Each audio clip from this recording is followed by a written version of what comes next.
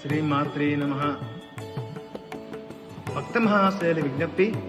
మన కడప జిల్లా బద్వేల్ పట్టణంలో పోలీస్ స్టేషన్ ఆవరణంలో సబ్జెక్ట్ ఆవరణంలో వెలిసి ఉన్న శ్రీ శ్రీ కనకదుర్గ దేవాలయంలో ఆషాఢమాస బ్రహ్మోత్సవ కార్యక్రమంలో భాగంగా రేపటి రోజు అమావాస్య ఆదివారం మరియు చివరి ఆషాఢ మాసంలో చివరి ఘట్టానికి మన ఆలయంలో పూజ కైంకర్యాన్ని చివరి ఘట్టాన్ని చేరుకున్నాము. మరి రేపటి రోజు విశేషంగా కార్యక్రమాలు ప్రాతకాలమున కనదుర్గామాతకి 4 గంటలకు సుప్రభాత సేవ, 5 గంటలకు ప్రత్యేకంగా మొట్టమొదటిసారిగా మన ఆలయంలో ప్రత్యేక అభిషేకం. మరియు అంత ప్రత్యేకత ఏమిటా అంటే 21 రకాల పసుపుతో 20 కేజీల పసుపు కుంకుమలతో 20 లీటర్ల పాలతో 20 లీటర్ల పెరుగుతో 20 రకాల పండ్ల రసాలతో సుగంధ ద్రవ్యాలతో వివిధ రకాల ప్రత్యేక సుగంధ ద్రవ్యాలతో బంగారు వెండి ఆభరణ పుష్పాలతో అమ్మవారికి వైభవంగా అభిషేక కార్యక్రమం జరుగును.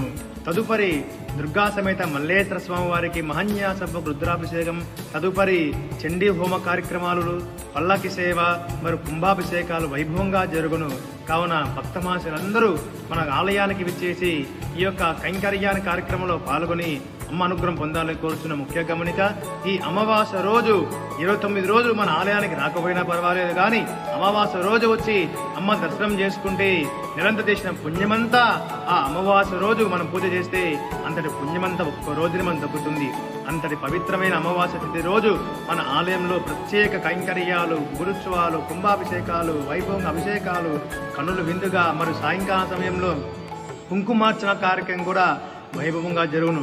కావున భక్తమాసులందరూ మన ఆలయానికి వచ్చేసి అమ్మ అనుగ్రహంలో పొంది ప్రతి ఒక్క సేవ కార్యక్రమంలో పాల్గొని దుర్గా సమేత మల్లేశ్వర స్వామి వారిని కరుణ కటాక్షం పొంది ఆ శ్రేశ్వర కలగాలని కోరుతున్నాము.